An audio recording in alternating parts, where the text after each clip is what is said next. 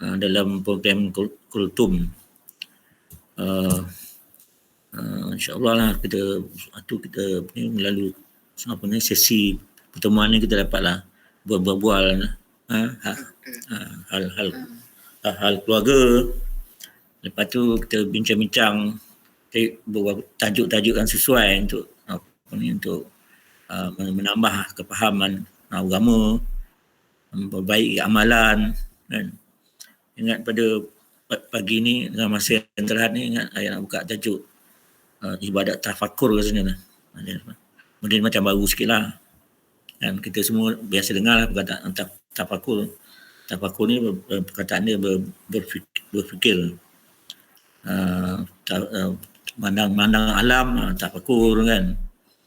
Kalau ada masalah kita lelap mata, kita fikir tidak menung, fikirkan tu tafakur. Memikirkan kebesaran Allah. Zaman masa kini masalah COVID kan, kita berfikir apa muslihat, apa hikmat Allah adakan wabak COVID ni kan. Lepas tu macam mana nak menyelesaikan, macam mana kita bersikap kan menghadapi COVID ni. Seorang masing-masing dalam keadaan panik kan. Dan yang meninggal pun ada saja. Kadang dapat berita saudara yang meninggal. Semalam saya dapat berita yang anak Wan Simbuk. Wan Simbuk. Simbuk ni Mamat. Pak Ngah Mamat tu kan. Mamat Beramli lah kan, arwah kan. Punya abang yang saudara tua sekali lah, kakak sulung lah. Sulung Simbuk nama dia. Anak dia ada nama penuh tak tahulah, Aloh nama dia. Dia ada suami isteri kena COVID. Lepas tu ni yang dia dah meninggal lah. Dia punya isteri dia survive lah. Dia yang terkini lah. Yang sebelum ni ada lah kan. Jadi ni apalah, jadi benda ni berlaku sentiasa lah, berkembang kan. Dan pagi tadi dengar buka berita tu yang terkini, ada 3 negara dah buat perkenalkan suntik yang ketiga. Dia panggil booster tahap, apa nama tu. Maknanya dua vaksin yang kita buat tu, dia punya keberkesan yang katakan macam dalam 6 bulan dia melemah lah. Jadi nak lebih kuat kena tahu yang nombor 3 punya lah. Negara tu yang dah implement tu Singapura, Kanada dengan Cambodia lah setakat ni lah. So mungkin satu masa mungkin Malaysia juga akan ikut kan. Kalau ikut kita ikut lah kan. Dan lepas tu ada pula isu orang yang anti vaksin ni pun satu kan, menyusahkan kerajaan juga lah kan. Ayah dulu pun kedian kan, lalah kan, tapi bila tengok perkembangan tu kita buatlah istihad kan. Kita join je lah kan. Betul juga. Ayah punya istihad tu betul. Kalau tak join kan, nanti nak pergi masjid, dia kena cek, tak boleh kan. Pergi kedai tak boleh. Balik kampung nak pergi kebun tak boleh kan. Macam ayah macam dekat Ustaz Hazi yang dekat Indonesia tu, dia kata dia rasa macam tak berapa nak apalah, tak ialah sungguh-sungguh sangat kan. Tapi dia fikirlah dia duduk Jakarta, mak bapak dia dekat Minang kan, Payakumbuh. Ya ambil je lah kan. Kau tak boleh nak berterbang kan. Betul kan. Jadi orang kita ikutlah perkembangan cara fikir kan, tapi masih ada grup yang betul-betul tak andal lah. Jawatan pula guru kan, ada yang jadi guru lah, ada polis, tentera yang berurusan dengan orang ramai lah kan. Macam cikgu kalau dia tak nak suntik, tapi dia kena mengajar ada berurusan dengan anak murid kan. Jadi kerajaan serba salah nak bagi mengajar ke tak bagi mengajar, sampai semalamnya tu dengan macam menteri kata mungkin nak timbangkan dia orang lah. Dia tak dibagi mengajar, bagi kerja lain. Tahulah kerja berkebun ke, kerja cuci pinggan mangkuk ke, benda-benda lain. Jadi tak masalah lah kan.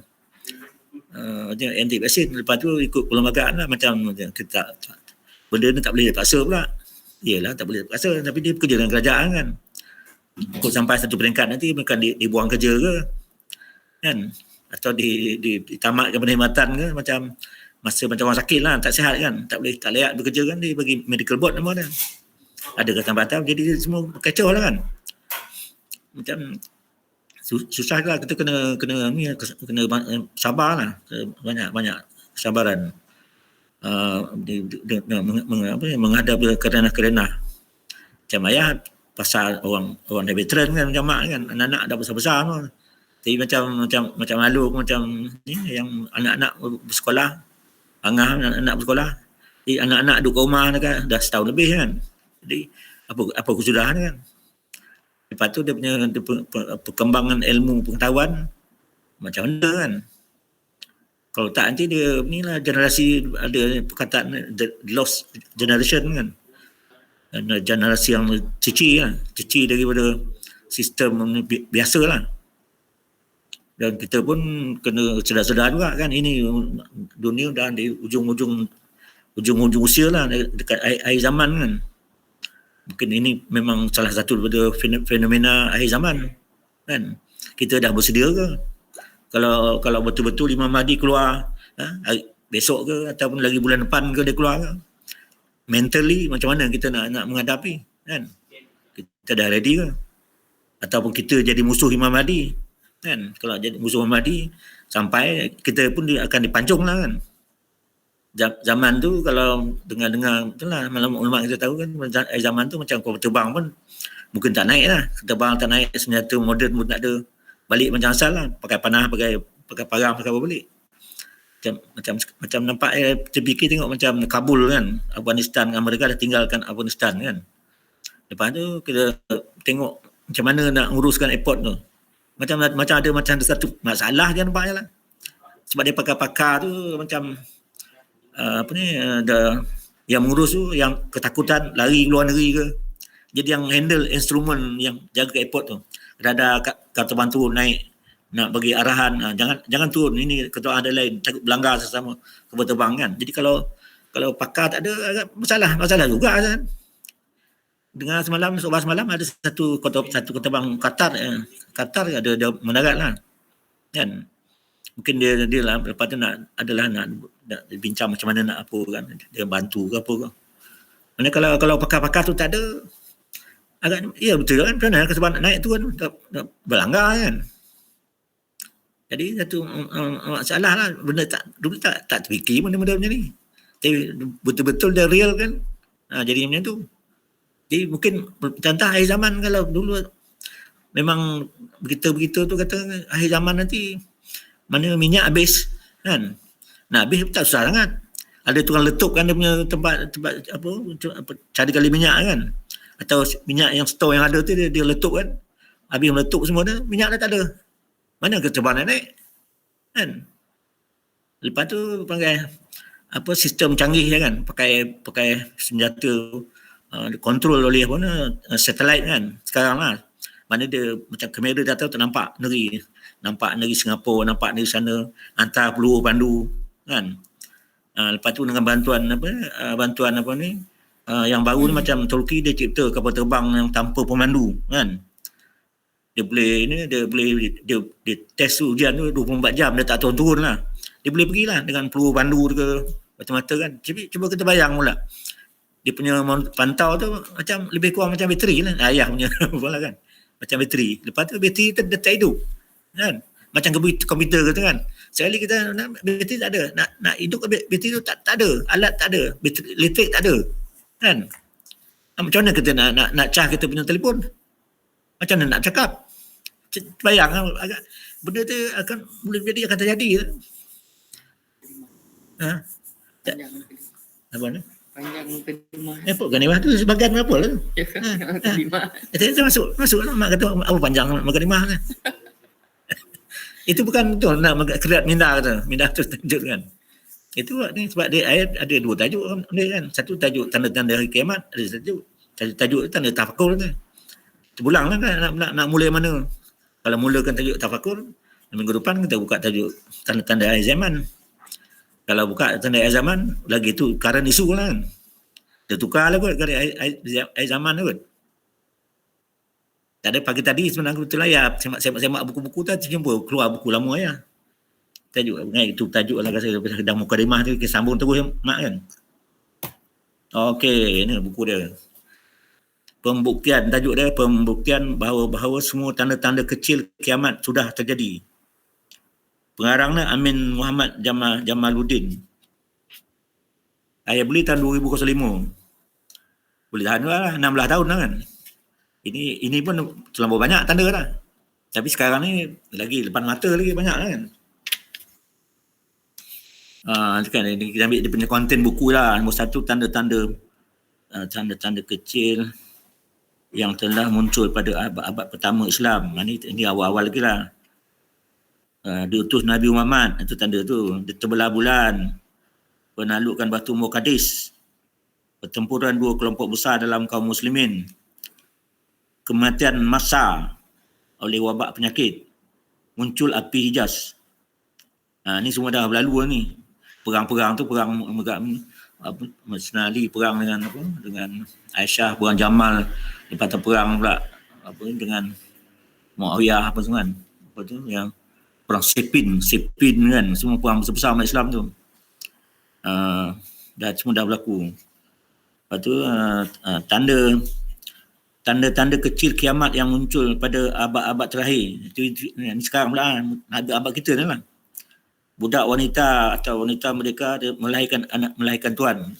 Dia saya dengar kan. Sekarang kita dengar ustaz cakap apa nama ni, kadang-kadang ada berlaku anak-anak kan, serahkan dekat ni anak dia dekat mak bapak dia jaga kan. Cara dia kalau tak kena tu dia jadi macam gadam lah kan, jadi betul kan. Dia dah banyak berlaku. Orang bodoh dijadikan sebagai pemimpin kan. Orang yang cerdik-cerdik tak nak jadi pemimpin. Lepas lantik orang yang bodoh-bodoh kan. Kita diperintah oleh orang yang bodoh. Rakyat jelata miskin tinggal di gedung-gedung yang modulan tinggi. Orang miskin duduk bangun tinggi. Kat Malaysia banyak lah kan. Miskin kita duduk bangun tinggi, bangun pun dah banyak. Sebab banyak bangun tinggi lah. Duduk flat.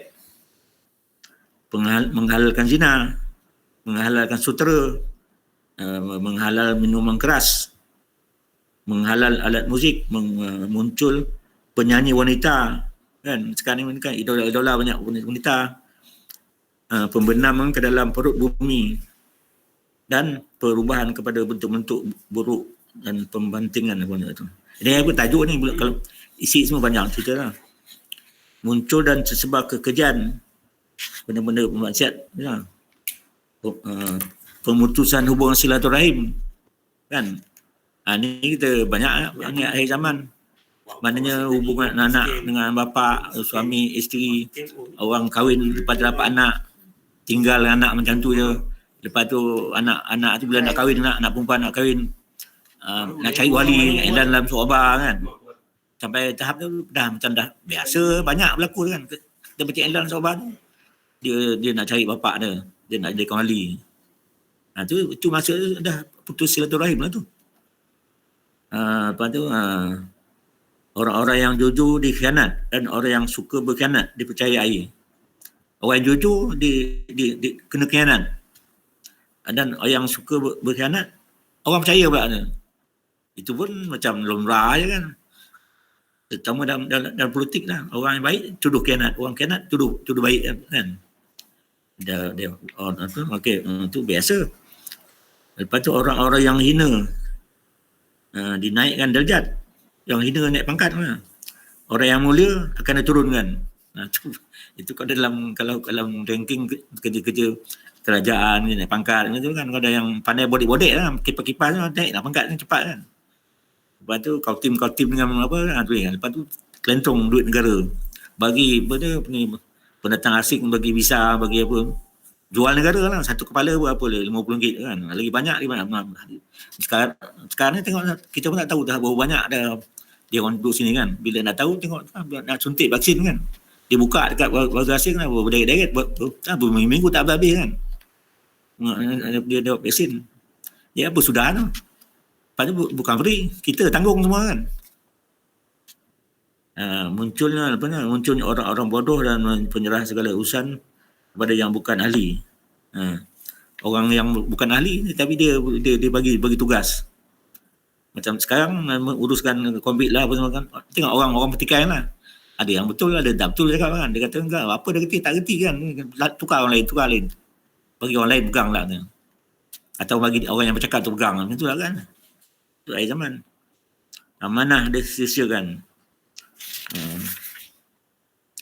Ini berjala-jala tu. Bukan banyak tu. Ni. Agak ni sama ni. Muka surat ni, muka ni. Mana tu terlalu banyak lah. Ada catat ada satu sampel, satu contoh lah. Muka surat 146 kan macam menarik lah. Kalau nak baca ni ini saja kan mungkin berminggu-minggu kita nak faham kan. Okey. Tanda-tanda yang ke-65 dia banyak dibuat siri. Ambil yang 65. Seorang lelaki akan mentaati isterinya sedangkan ia menderhaka kepada ibu. Seorang lelaki dekat isteri dia taat, kepada ibu dia menderhaka. Pada hadis yang lalu Rasulullah telah bersabda wa ata'a zaujatuhu wa aqa ummahu. Tu ayat matan hadis dia. Terjemah lah. Dan seorang lelaki akan mentaat isterinya sedangkan ia menderhaka ibunya. Terbaliknya, fitrah seperti ini merupakan fenomena perubahan keadaan di akhir zaman. Tanda ini juga telah terjadi di zaman ini. Peristiwa terakhir yang kami dengar tentang masalah ini adalah tentang seorang lelaki mengadukan ibunya ke pengadilan. Bawa mak ke mahkamah, saman. Anak saman mak ke mahkamah lah. Ni bukan kita, ni luar negeri ni. Dia mesti ibunya ke pengadilan dengan dakwaan bahawa ibunya telah memukul isteri. Mana seorang suami bawa mak dia kat mahkamah saman sebab mak dia pukul isteri dia. Lihat surat khabar rasmi Kairo Mei 1997. Kemudian lelaki yang celaka dan bodoh ini pergi ke pengadilan untuk mendengar dari hakim. Sedangkan dia mengajukan hukum yang berat untuk ibunya. Dia tuntut mak dia dihukum dengan berat. Tetapi seakan-akan Allah berkehendak memberikan suatu pengajaran yang tidak akan dilupakan. Di mana ketika lelaki tersebut berdiri di depan hakim sambil menunggu hukuman yang akan dijatuhkan kepada ibunya, tiba-tiba ia terjatuh ke lantai dan mati depan hakim tu.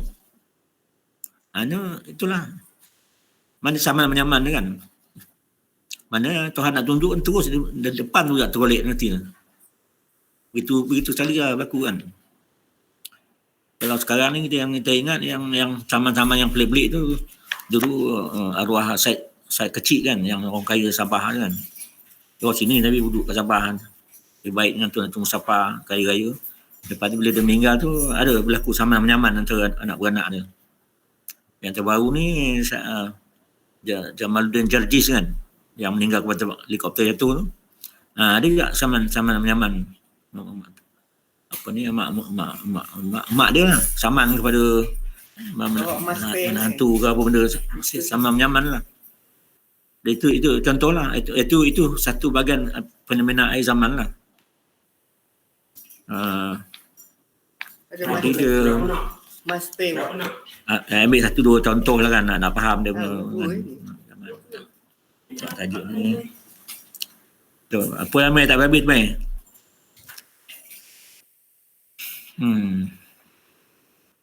Ingat tadi lah kita pemutusan silaturahim lah, kita menarik tajuk kan. Kita sampai 43 highlight sikit lah.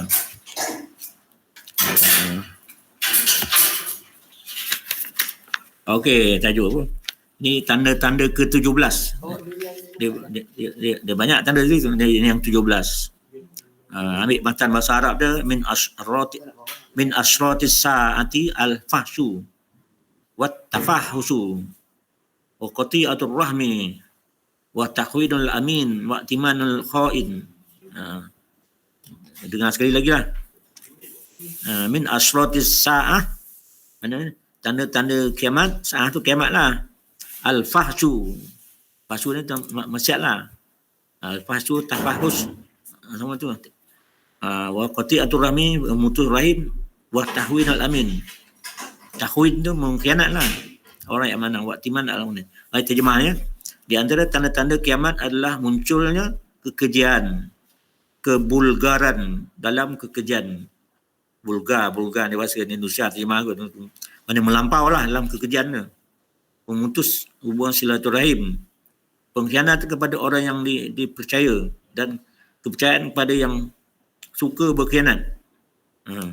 Orang yang amanah tu dia kata khianat. Jadi dia huraiannya, Allah telah memperingatkan kita dari perbualan pemutusan hubungan silaturahim. Ini ambil ayat Quran. Al-Quran surah Muhammad ayat 22 hingga 33. Cerita itulah. Bunyi ayatnya. Fahal asaitum in tawalaitum an tufsidu fil ardi wa tuqatti'u arhamakum. Ulaika allazina la'anahumullah fa'assamahum wa ama absaruhum. Artinya, apakah kamu sudah mendapatkan kekuasaan, kamu akan membuat kerosakan di muka bumi dan memutuskan hubungan kekeluargaan. Itu silaturahim itu. Mereka itulah orang yang dilaknat Allah dan ditulikan telinga mereka dan dibutakan mata mereka. Rasulullah telah bersabda, sesungguhnya Allah telah mencipta makhluk dan ketika dia telah selesai menciptakannya, maka makhluk berkata, kasih sayang ini adalah tempat orang berselindung kepada engkau dari orang-orang yang memutuskan hubungan silaturahim. Allah berkata, benar. Apakah engkau reda apabila aku menghubungkan orang-orang yang menghubungkanmu dan memutuskan orang yang memutuskanmu? Lalu dia jawab, benar wahai Tuhan. Maka Allah menjawab, maka itulah untuk kamu. Maksudnya zaman nak menciptakan makhluk ni, dah tajuk ni silaturahim dah dibincangkan. Menunjuk pentingnya kan. Kata Ar-Rahim dalam hadis di atas adalah berasal dari nama Rahman. Nama kata Rahman. Rahman Rahim sama-sama. Kerana Rasulullah telah bersabda, sesungguhnya Ar-Rahmah adalah berasal dari Ar-Rahman. Maksud Rahman itu berasal dari nama Allah, nama Asma 99 tu, nama Rahman. Mana kalau kita putus silaturahim tu, kita berlanggar lah tu kan. Apa kan? Apa ni maksud Rahman Rahim tu. Dalam kitab hadis Sunan dari Abdul Rahman bin Auf terdapat hadis kudusi marfu'. Aku adalah Rahman dan aku menciptakan Ar-Rahim dan aku menamainya dengan nama yang berasal dari namaku. Mana silaturahim tu daripada nama Allah, daripada Rahman, nama Rahim. Mana tahu pentingnya menjaga silaturahim. Ar-Rahim yang diperintah kepada manusia untuk menghubungkannya adalah para karib kerabat, keluarga dekat. Aqarib bahasa Arabnya, yang maknanya para ulama berselisih pendapat. Ada dua pendapat apa maksud kerabat kan. Satu, mereka adalah orang yang mempunyai hubungan pertalian nasab. Baik yang ada hubungan mahram atau tidak, ada hubungan nasab. Yang kedua, mereka orang yang menjadi mahram sahaja. Iaitu mereka-mereka yang haram untuk dinikahi seperti ibu, saudara, adik-beradik, mak saudara sebagainya kan. Imam Nawawi, Hafiz Abu Hajar berkata bahawa pendapat yang benar adalah pendapat pertama. Mana kan, mana dia luas sikit lah. Tapi tak bila kita faham lah kan, mana adik-beradik, mak saudara, pak saudara kan. Akhir zaman ni kan renggang hubungan kan. Jadi kalau amalan ziarah-ziarah kan, tanya khabar, itu memang digalak lah, selaras dengan maksud silaturahim. Dan taklah dulu kan dalam sebelum ni ustaz bagi tahu, kalau salah satu kalau nak sihat panjang umur tu kita menghubungkan silaturahim. Yang kedua nafkah kan, bantu orang miskin apa semua tu kan. Tu dua ketika amal tu umur kita jadi panjang, badan jadi sihat. Panjang tu boleh jadi panjang betul-betul panjang umur kan. Dulu banyak orang umur sampai 100 tahun macam biasa je kan. Sekarang yang ada dekat Ulu-Ulu, dekat Jeli, kat Kelantan, kat Indonesia banyak lagi. Salah satu dia, kita kalau orang panjang-panjang umur tu, kita ambil lah ilmu manfaat. Ajak borak-borak, tanya apa amalan dia apa ke. Dia akan mengamalkan ni sifat sederhana, menziarahi kan. Lepas tu meninggalkan kerja yang sia-sia, perbuatan kan, melazimkan zikir, bangun pagi, awal pagi bangun, Kalau bersenam lah. Kalau tak ada, kalau menori getah kan waktu pagi tu. Pagi. Apa lagi dia? Menjaga makanan. Makan tak berlebihan kan. Kalau makan berlebihan tu akan badan jadi gemuk. Lepas tu syahwat tak terkawal kan. Lepas tu kita punya martabat kita turun lah daripada makam yang tinggi, yang mulia kepada jadi tu taraf binatang. Binatang kan dia apa kan dia yang penting makan minum halal haram tak peduli kan. Lepas tu dia jantan betina.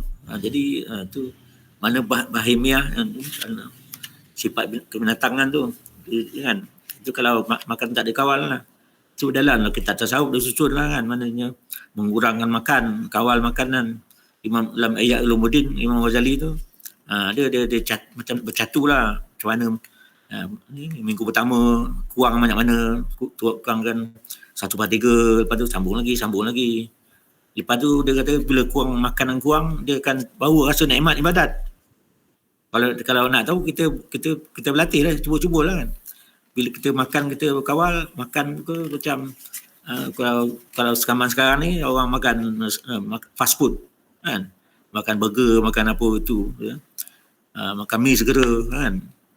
Jadi dia datang belum lagi bercampur syubhat-syubhat halal ke haram kan, dia akan menghilangkan minat kita untuk ibadat, menghilangkan minat untuk membaca Quran. Mayang pun fikiran kita menerawang, mengata-ngata apa kan, tak macam tak dapat khusyuk dalam solat.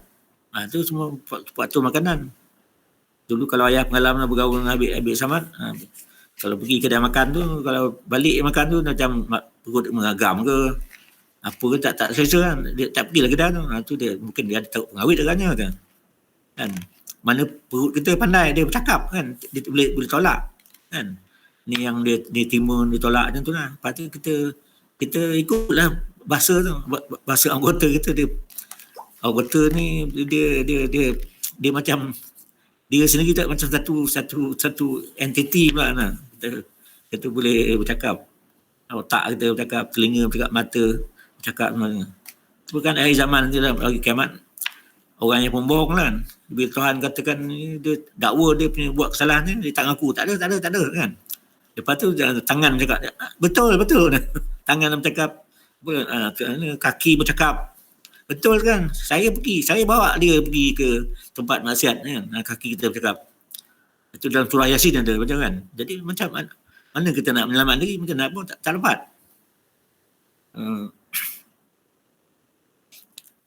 Itu baru tajuk silaturahim kan, sikit gitu.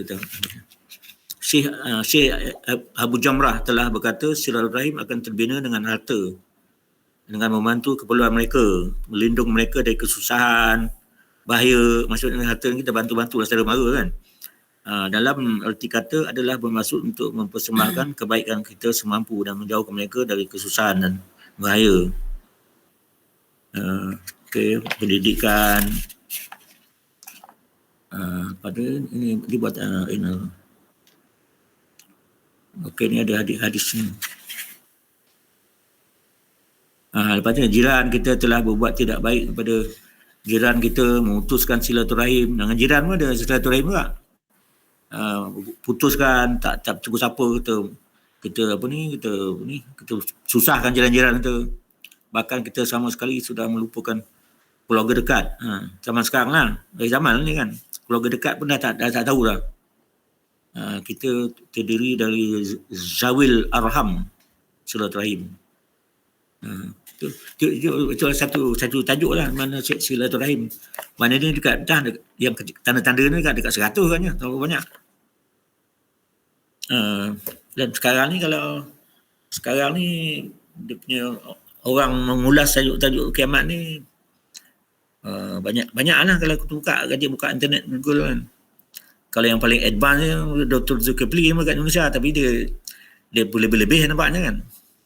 Dia macam dah dekat benar lah kan, dengan cara nada bercakap semua tu. Kalau ikut tu macam ni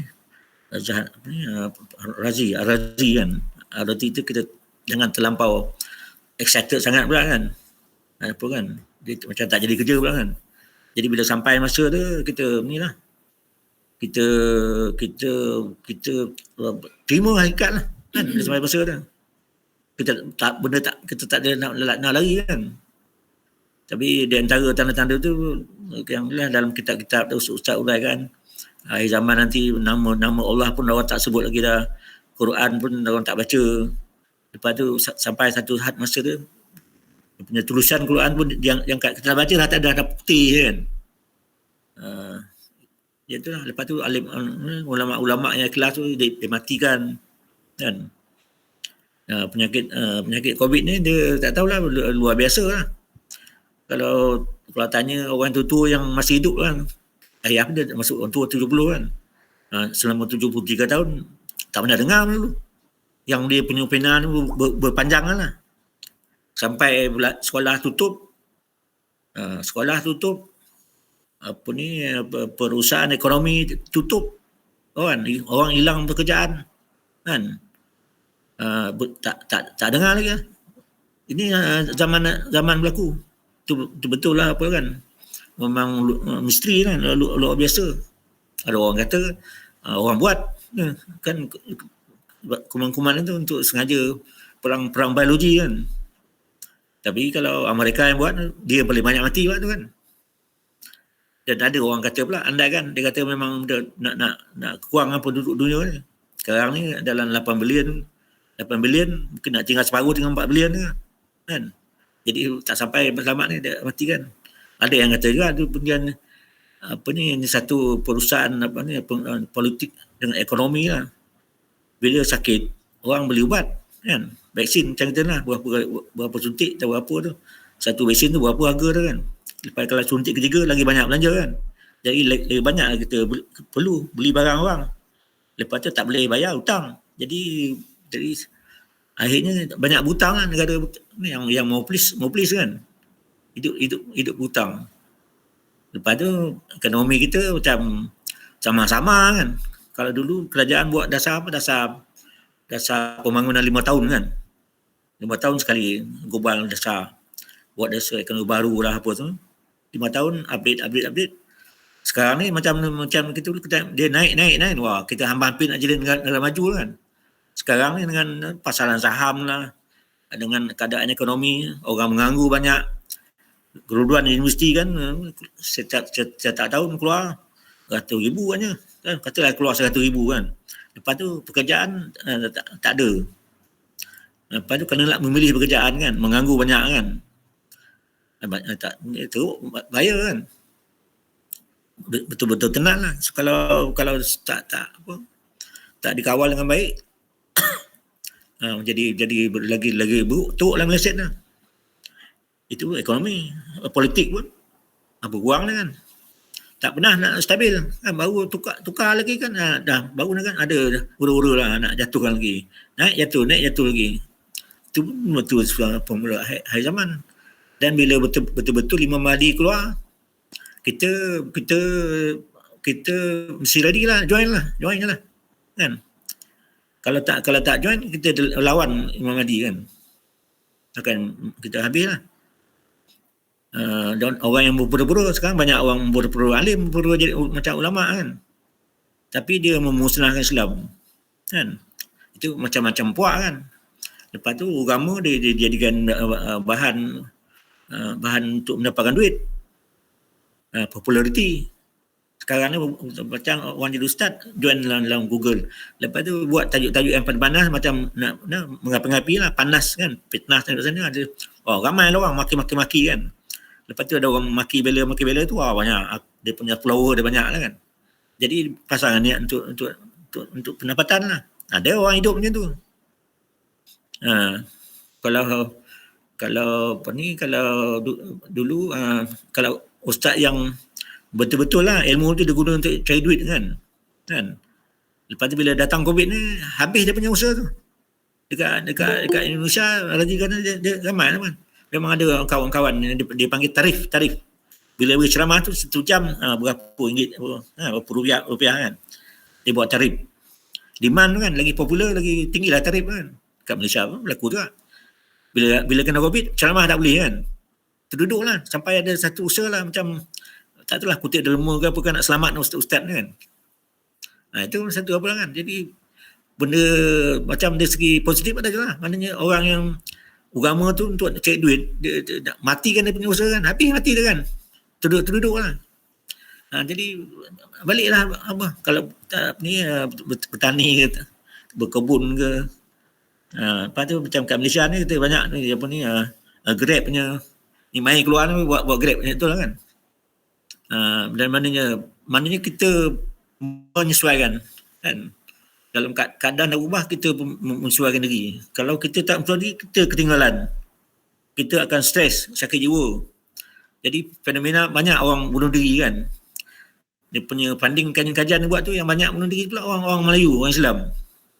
Jadi kenapa kan pada bunuh diri tu kalau hukum ni masuk neraka selama-lama kan. Mana syirik menderhaka kat Tuhan kan. Tak bersyukur lah. Tapi banyak berlaku. Dan banyak orang kita, orang Melayu juga. Jadi ada satu tak kena kan. Jadi bahan ni lah, benda-benda apa yang berlaku tu kita banyak lah tafakur, berfikir kan. Bahasa dia muhasabah diri. Kita ada lapang kita cari lah buku tu, tanda kiamat apa tu. Tujuannya kita nak hisap ni kita ni sepatutnya memantapkan hubungan silaturahim, suami, isteri, anak, beranak apa semua tu. Ziarah-menziarah kan. Datang. Kalau nak pergi rentah negeri belum lagi. Saya teringin nak tengok jumpa orang buruk kan. Itulah waris-waris adik-adik tu saling tinggal kan. Alung pun sama juga lah teringin nak jumpa tapi kadang belum mengizinkan. Kalau ikut malam punya berita tu Khairi dengan apalah dia tengah di peringkat akhir lah dia nak mengkaji kemungkinan nak benarkan ke apa ke. Kalau betul boleh lah.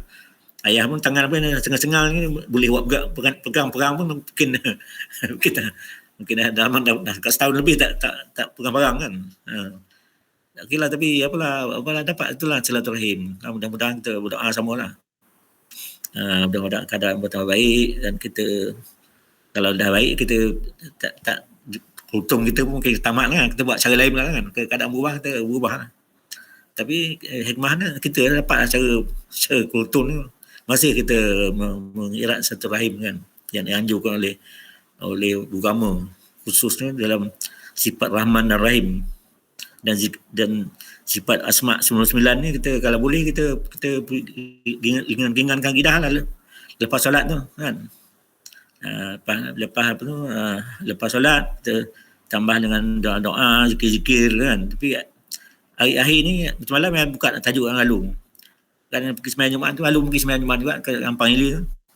Masjid yang paling senang lah, nak sembahyang lah.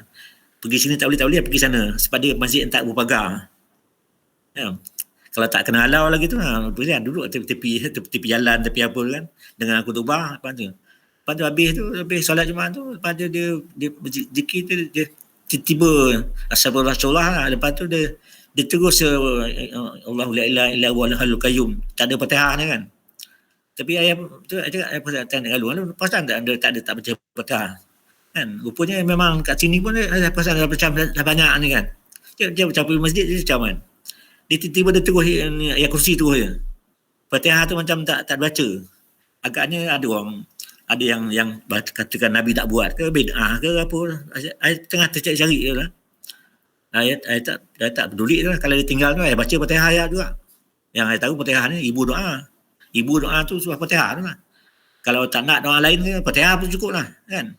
Masa ia akan nak berdua akan sayang tu dalam hati kita ikat apa kita nak ulang 3 kali ke dalam hati kita ni bercakap dalam hati kita apa yang kita nak kan sihat badan ke jauh penyakit silaturahim baik apa ke sudah jadi nasihat mustaqim tu dah. Kalau tu tambah lain ini yang induk tu dibuang. Saya perasan nanti dia cakap dengan Long tu masa kalau ada ustaz yang imam yang lepas sembahyang dia tak buat kan impit-impit bila ada baik ni tanya muskilnya lah. Kenapa dulu ada Fatihah kan tiba-tiba kursi tak boleh ke atau ada apa arah baru ke kan atau ada mana satu memang ada ni puak mazhab-mazhab ni yang ni macam yang menganjurkan benda sikit bid'ah lah macam apa ni baca Yasin malam Jumaat bid'ah kan kita lama tengah kan macam tahlil bid'ah, talqin mati bid'ah. Mana tu sikit bid'ah, lepas tu sambung ayat tu, kullu bid'ah dalalah, kullu dalalah benar kan. Setiap bid'ah tu yang sesat, dan sesat tu masuk neraka. Dia agak itu part of the fenomena macam tu ke kan, macam itulah, macam tak pun nasihat pula. Kita dah lama kan tu, tak apalah tu, sama-sama itu bahan renungan kita lah. Yang penting kita apa yang kita amal tu kita yakin kan, kita yakin. Tapi jangan leka lah dengan dunia ni. Kalau Google internet ni, ayah pun suka juga tengok, tapi kita guna macam ada batas-batas lah, jangan sampai terlampau leka kan. Kadang-kadang ada masa fikir kalau kita leka sekali penyakit jantung datang pun tu jalan kan. Lepas tu dengan hang macam tu lah kan. Jadi kita nak masuk, nak tukar alam tu macam terkejut lah, macam tak berapa nasihat rasa. Patut macam kita apa ni, nak buat satu kerja tu, nak warm up enjin dulu kan, lepas dah jalan tu, lepas nak cool down, macam tu lah. Jadi kita nak pindah, nak masuk alam lain kan, tapi dia tak. Dengan dunia sekarang ni macam tu lah, leka. Kita pun kena tafakur lah, muhasabah. Berapa masa kita bagi untuk baca Quran, berapa masa kita dalam solat kan, zikrullah, masa macam mana, dan masih banyak kita hiburan kan. Jadi jangan kita hilang fokus. Sekarang ni dia banyak orang hilang fokus. Bila hilang fokus, stres. Bila stres, sakit jiwa. Lepas tu nak bunuh diri. Macam Alung pun macam dia Alung dengan kawan dia tu. Berjaya lah, dia beli kitab dia tu. Dia belajar London 7 tahun lebih kurang. Lepas tu balik macam tak ada kerja, mak bapak dah meninggal, ada rumah tak ada geran. Lepas tu nak start kehidupan tu. Motosikal ada 3 biji, kereta ada tapi dah semua tak dikemas kini, tak apa semua tu. Jadi nak setting macam mana dia nak mula tu. Macam stay lah, tapi bagus Alung buat tu, macam kita bagus lah kan, dah kawan-kawan kan. Itu pun masuk dalam silaturahim lah. Kita kenal orang tu ada masalah, kita bagi idea dia, bagi nak keluar daripada masalah dia kan, dia macam ni. So kalau lama-lama tu kan tu yang berlaku. Ayah punya sepupu tu yang Sumban Maznah sepupu lah. Mak dia tu Karsum adik-adik dengan Wan Senap kan. Dia kerja kat Seremban, lulusan cerdik. Dia dan keluarga dia paling cerdik, dia belajar luar negeri balik, dia kerja kat Seremban. Lepas tu dia meninggal seorang-seorang lagi, hari ketiga ke macam tu lah. Baru ni. Baru tahu, lepas tu hurah lah mayat. Tak pergi lah. Itu kisah-kisah sedih kan. Fenomena akhir zaman. Lepas dia kahwin ke ya? Tak kahwin. Umur dia Tak kahwin. tak. Umur dalam 30-an katanya. 40 ke mana? Muda kan? 70-an. Umur dia 40. 40 lebih. Fahmi cerita dia orang Sumban. Tak ada kenal orang. Dia apa? Pupui ya? Ada mak dia nama Maznah. Saya panggil Kalung Maznah lah. Kalung Maznah tu dengan ayah sepupu. Oh, dia anak saudara pupu ayah lah. Anak saudara pula. Mak Maznah tu nama Kasum. Saya panggil Mak Nak Kasum. Dia yang kerja bidan tu. Yeah. Dia adik pada Wan Senap. Ayah pun tak pernah jumpa muka, tak tahu muka sampai tak pernah jumpa lah. So yang meninggal ni anak saudara pupu lah. Anak Maznah tu lah. Oh. Lepas tu dia duduk seorang-seorang kat Seremban. Seorang lah tak kahwin. Maznah tu ada lagi tak? Apa kawan Alung tu, Helmi tu? Kan Maznah tu ada lagi tak? ada. Dia dengan suaminya. Tak, hari tu duduk dalam rumah. Saya pernah pergi jaga sekali. Oh. Kan dekat dengan kampung. Tapi hubung dia dengan suami isteri tu macam stres lah. Tak berapa ngam. Lepas tu dia sebab Maznah ni macam sakit jiwa ke apa ke, atau dikatakan sakit jiwa ke. Bila kata sakit jiwa bertambah sakit jiwa dia kan. Jadi hari ni yang terakhir duduk rumah orang tua. Rumah dekat Jasin. Jadi ke masuk rumah? Tak tahu lah, cakap yang dengar macam tu lah. Jadi mana dia suami ada lagi duduk kat rumah lah. Jadi anak tu, lepas tu yang anak tu stres tu, salah satu tu lah hubung mak dengan bapak stres kan. Ada anak ni menyebelah sebelah bapak, anak ni sebelah menyebelah mak kan. Jadi yang lelaki yang meninggal ni, lelaki dia menyebelah mak lah. Bila dia meninggal, mak dia lagi stres lah. Anak yang favor dia tu ini dia pula kan. Ayah tak ikut apa lah, tapi tengoklah kalau COVID ada nanti mungkin ayah jarang-jarang ayah adik-adik ngani tu kan. Air dia telefon tu bagi tahu tu. Itulah mana depan mata lah, tak payah cari jauh lah kan, cuma sering cerita je. Minta jauh, jangan kita anak beranak jadi sudahlah kan. Maintain lah. Hari zaman ni kita nak, kalau kita jadi pemimpin besar macam Ismail Sabri kan, lagi banyak lah kan nak diselesaikan, dan lagi banyak pikul dia punya muhasab hisap nak jawab kan. Kalau kita buat baik, okey lah. Kalau buat tu jadi benda yang tak baik, jadi kita lagi menyusahkan lagi kan. Orang yang tak jadi pemimpin merasa dia nak jadi pemimpin kan, dan dia selesai masalah. Bila dah bagi jawatan belum tahu lagi kan. Jadi benda jawatan ni jangan terlampau diminta-minta. Dulu zaman dulu Nabi ada Abu Zar Al-Ghifari kan, jadi jawatan kosong zaman Nabi lah. Dia kata bagi dia lah Rasulullah kan. Rasulullah kata, jangan wahai Abu Zar, kamu lemah, anta dhaif kan. Orang pemimpin tu perlukan qawiyun aminun kan, tu tak pemimpin lah. Jadi jangan jadi pemimpin tu akhirat susah nak melepaskan tanggungjawab, nak menjawab semua tanggungjawab semua kan.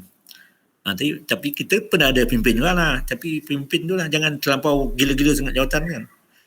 Kalau dah sampai masa, pikulah insyaAllah Tuhan akan bantu kan, menyelesaikan masalah kita. Kalau kita sengaja tamak memimpin, jadi dia punya Tuhan tak bantu. Jadi masalah lah. Dulu ayah ada ni dekat Taman Sekamat dulu ada seorang pensyarah universiti kan. Dia punya ni dia menghilang lagi apa, dia dah ada keluarga lah. Lepas orang cari-cari rupa tu, akhir dia jumpa mayat ni dalam tasik dekat UKM tasik tu. Nampak bayang-bayang tu, dia terkejut berdiri. Dia dah PhD lah. Jadi pensyarah lagi kan. So kalau nak kira apa cari kan, gaji banyak, jawatan ada. Rupanya salah-salah punca dia dapat jawatan tu macam dia rasa tak boleh nak handle lah. Macam tak terpikul dia punya amanah tu. Dia stres dia bunuh diri. Tak heran lah sekarang orang bunuh diri juga kan. Kerja tak ada, apa tak ada. Jadi kita syukur. Jadi buat dah. Amalkan Luqman. Dulu kita dah buka lama satu khas kan. 10 wasiat Luqman ke anak ni. Nombor 1, ana syukurillah. Bersyukur kepada Allah. Yang kedua, Allah tusyrik billah. Jangan syirik. 2 kita pegang pun, kalau boleh pegang, alhamdulillah lah. Apa yang berlaku, kita bersyukur kepada Allah Ta'ala. Allah tak pernah zalim. Hantar COVID kan, jangan buruk sangka Allah Ta'ala kan. Tetap ada kebaikan dia. Kalau kita cari yang baik dia, kita akan jumpa yang baik. Kalau cari yang tak baik, kita jumpa yang tak baik. Kan? Itu digalakkan berfikir. Afala tatafakkarun kan. Nanti kalau minggu depan kita buka tajuk tafakur lah. Imam Ghazali dia tulis buku khas, kecil buku dia tentang tafakur. Dalam cerita dengan alun sikit lah. Dia kata dalam buku tu lah satu lah. Tafakur ni menengok apa yang berlaku binatang-binatang ni. Kalau binatang yang besar-besar, binatang gajah, binatang harimau kan, dia bila dia nak mati, dia hilang. Orang tak jumpa bangkai dia. Mungkin dia ada insting dia. Mungkin lagi sebulan dia nak mati ke, dia buat diri dia hilang, dia cari lubang ke, gua ke mana ke, suruh tak jumpa. Itu gaib macam tu ya. Kan? Mana lagi banyak kita tafakur, lagi banyak kita jumpa rahsia-rahsia lah. Dia bergalak afala tatafakkarun, betul kan? Dengan tajuk tu macam menarik lah. InsyaAllah lah mungkin minggu depan kalau kita masih sesuai buat kultum kita buka tajuk tu tafakur. Tafakur ni satu ibadat yang paling senang lah. Tak payah bangun rukuk sujud apa semua kan, berfikir kan. Fikir benda bersyukur, lepas tu keluarlah subhanallah, alhamdulillah kan, maha besar kau ya Allah kan. Okey lah kan, itu kan dah rasa dah kan. Doa selamat sikit. Doa ringkas. Mak lah macam gini dah. Tak nak doa ringkas lah. Ada kumpul ramai ni. Doa kita doa tu Fatihah dulu lah. Dia orang tak tinggal Fatihah kita punya pasal lah. Kita tetap Fatihah dulu. Fatihah juga doa kan. Mula kita hadiahkan Fatihah lah kepada Rasulullah kan. Kepada Rasulullah, pada sahabat-sahabat Rasulullah, pada para anbiya, para syuhada, dan pada guru-guru kita yang mencelikkan kita kepada agama kita, pada ibu bapa ni dan keluarga semua dia. Kita hadiahkan Al-Fatihah. Al-Fatihah. A'udzubillahi minasyaitonir rajim. Bismillahirrahmanirrahim. Alhamdulillahirabbil alamin. Arrahmanir rahim. Iyyaka na'budu wa iyyaka nasta'in. Ihdinas siratal mustaqim. Siratal ladzina an'amta 'alaihim ghairil maghdubi 'alaihim waladdallin. Amin amin ya Allah.